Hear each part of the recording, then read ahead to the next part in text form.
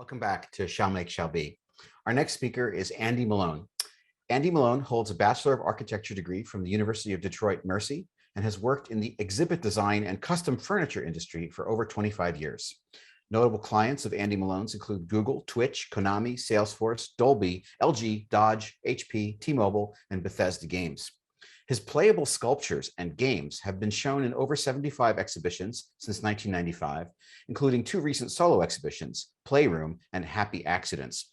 As a curator of the game arts, Andy Malone has co-organized Game Show Detroit in 2006 at the Contemporary Art Institute of Detroit and Game Show New York City in 2011 at Columbia University. Malone also curated the Bravo Bravo art exhibition at the Detroit Opera House in 2004 and 2005. Malone currently serves as vice president of Hatch, an interdisciplinary arts center in Hamtramck, Michigan. Friends, please welcome Andy Malone. Thank you very much, and thank you for everyone for tuning in.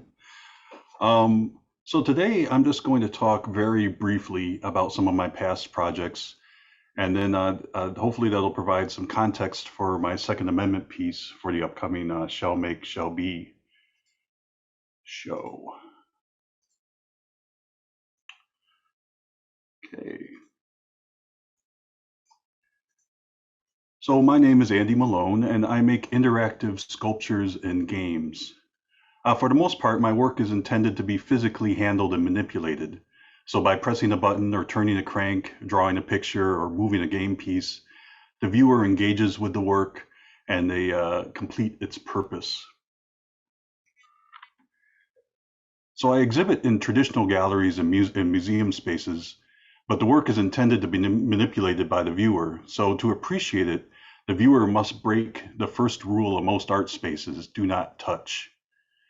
And it throws people off for a few seconds, but soon they figure it all out. So the toy-like nature of my work can be subversive. It draws the viewer in, and I actually like to call the viewer the player or the collaborator. But it also serves as an entry point for some more provocative themes. So I strive to create some meaningful experiences through interaction and community building.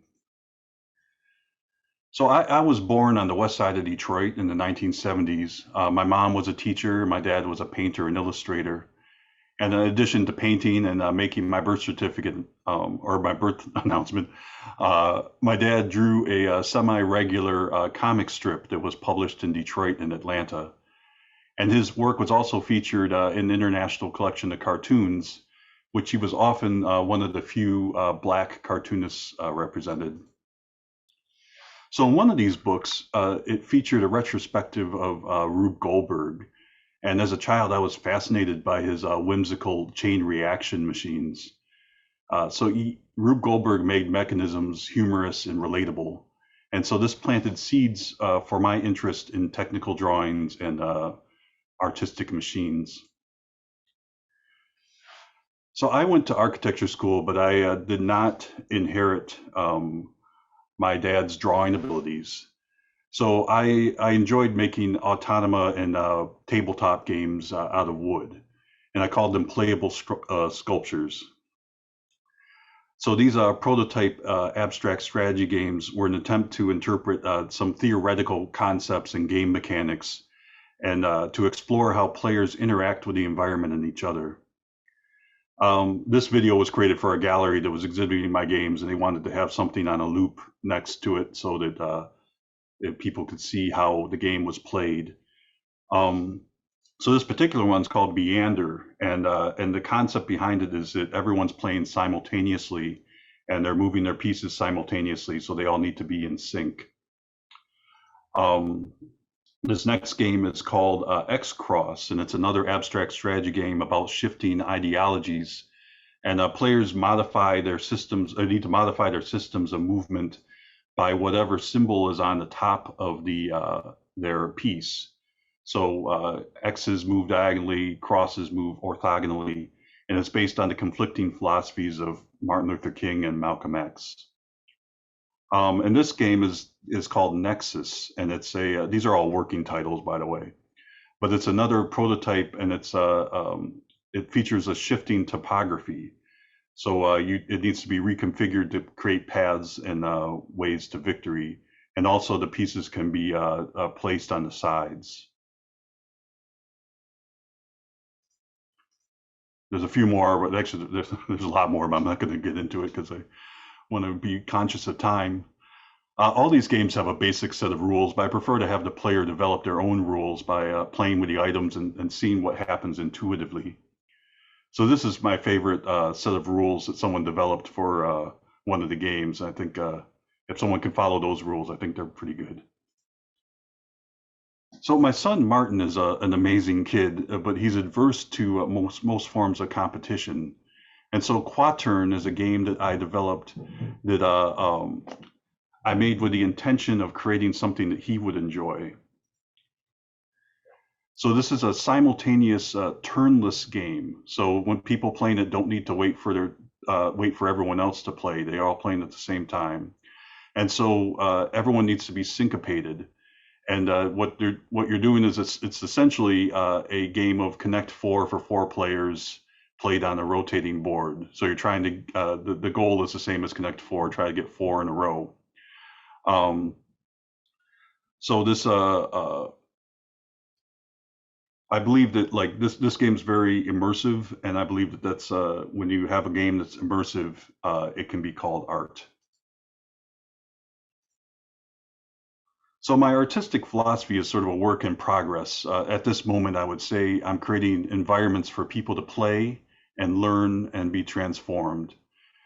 And I love moments like this when like the traditional boundaries of the gallery are blurred and the viewers become collaborators. So that's I feel like these pieces sort of informed my work for the Shall Make, Shall Be exhibition. So with that introduction, I'm sure you're probably wondering how this sort of mild-mannered game designer slash kinetic sculpture artist became inspired by the Second Amendment, commonly known as the right to bear arms. Well, here's a quick story. Until recently, I had a pretty negative impression of guns. I never felt the need to carry one, and I didn't like the way it made people act. I didn't like the sound it made. And I didn't like the damage that guns cause. So one of my friends who's a self-defense advocate, he thought it was absurd that I had such strong opinions about guns, but never fired one in my life. So he asserted that, actually I wrote it down because I didn't want to get the quote wrong. An armed populace is able to control their own destiny and not be a victim of fate. And he reminded me that the civil rights movement relied on armed volunteers. So he challenged me or guilted me, depending on how you look at it, to not be afraid of the tool. So I went to visit a gun range a few times, and I'm glad I did because it eliminated the mystery of firearms and allowed me to look at the Second Amendment more objectively. So the goal of this project was to think critically about both sides of the debate and to challenge my own point of view. So to organize my thoughts, I sort of went to the familiar comic format, wanted to create sort of a cohesive narrative. So the Second Amendment is a contentious subject. I don't need to remind you of that. And it was a tough thing for me to get my brain around because the first thing I had to do is realize I didn't need to be an expert on it. And I wish I would have gotten that through my head before because I was doing a lot of research and felt unqualified. But then I realized that we're all commenting as artists on these amendments. So I challenged myself to think about it objectively and not politically. And after a lot of sketches, I determined what I wanted to do was create a penny arcade style game. And so the player would approach this table, which had a puzzle, and they would complete the puzzle, and the puzzle would represent the utopian version of the amendment, and then that would trigger some animations and the music composition on the wall that is more of a comment on gun culture today. So I wanted to create like sort of a cause and effect relationship between the puzzle and the sort of messy reality. So here's the idealistic interpretation. that the Second Amendment renders any prohibitive regulations on arms unconstitutional because the founders correlated arms with perseverance and independence. So for many Americans, being armed was a way to maintain an equilibrium, and equilibrium is the operative word here, between people and the things that might do them harm. So in this utopian vision, the right to bear arms maintains a level playing field, and it also is afforded to all able-bodied citizens, no exceptions. Notice I said utopian, that's not how it is in real life. But the people should be prepared and equipped to defend themselves, to maintain an equilibrium in the pursuit of life, liberty, and happiness. So as the proverb says, it's better to be a warrior in the garden than a gardener at war. In other words, it's better to have a gun and not use it than to need one and it's not there. So for my project, like I said, equilibrium was the operative word, and the balance of powers is also known as a standoff, which is the title of my project. And a standoff is a stalemate or deadlock between two people in conflict. An armed standoff occurs when everybody points their weapons at each other and they all become paralyzed by the fear of mutual destruction. An armed standoff can take many forms and is popular in, or common in pop culture. Games and puzzles often distill concept ideas into simple simulations, so I wanted to make sure that I wanted to make an abstract puzzle that, when completed, sort of conveyed a sense of equilibrium or an uneasy peace. So I was drawn to the concept of finger guns as a metaphor.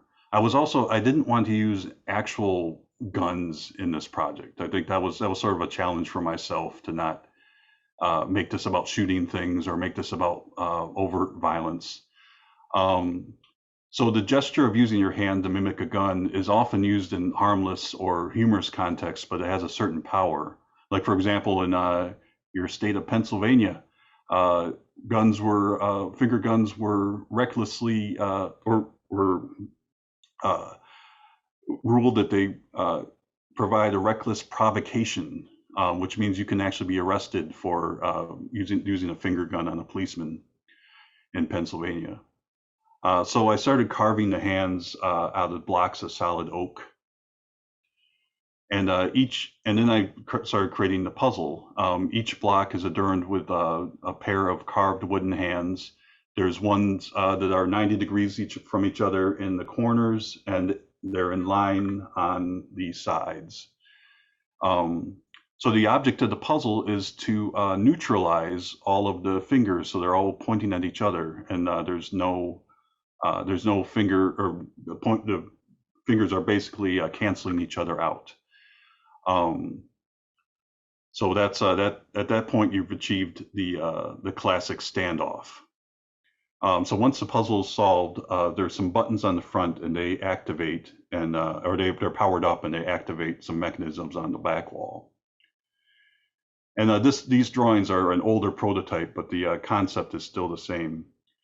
The back wall is a commentary on gun culture in America. The abstracted simplicity of the puzzle gives way more of a complicated legacy of racism and classism and cruelty. So when the left button is pressed, a music composition will play. And this is a music box mechanism that's triggered by the locations of bullet holes from my paper target. And this composition is called Aversion Therapy to sort of represent my initial ambiguity toward firearms. And this is an example of an accidental composition, sort of in the spirit of John Cage. It's a composition that's free of the composer's will. In other words, it's interesting, but it might not be melodic. Additionally, there will be two drums, one at 3 beats per minute and one at 45 beats per minute. And this will represent the rate of fire between a Revolutionary era musket and a AR-15, respectively. So when the right buttons is pressed, a flipbook mechanism is activated, and multiple animations will play simultaneously, creating sort of a looping collage. The animations represent data about guns in the US and images associated with guns. And it's my thought that we primarily don't talk much about the root causes of gun violence because we haven't allowed ourselves to collect the data. And so the graphs are heavily influenced by W.E. Du Bois' data portraits that he exhibited in Paris in 1900.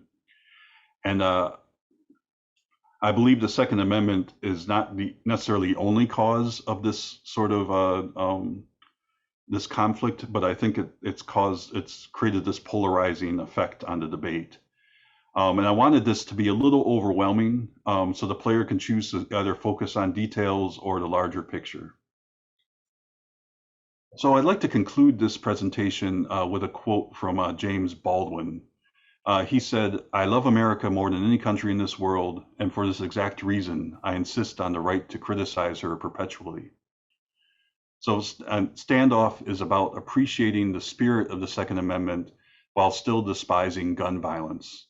And it's also about reconciling American mythology with American brutality. And like America itself, I think the Second Amendment can be many things at the same time. Thank you.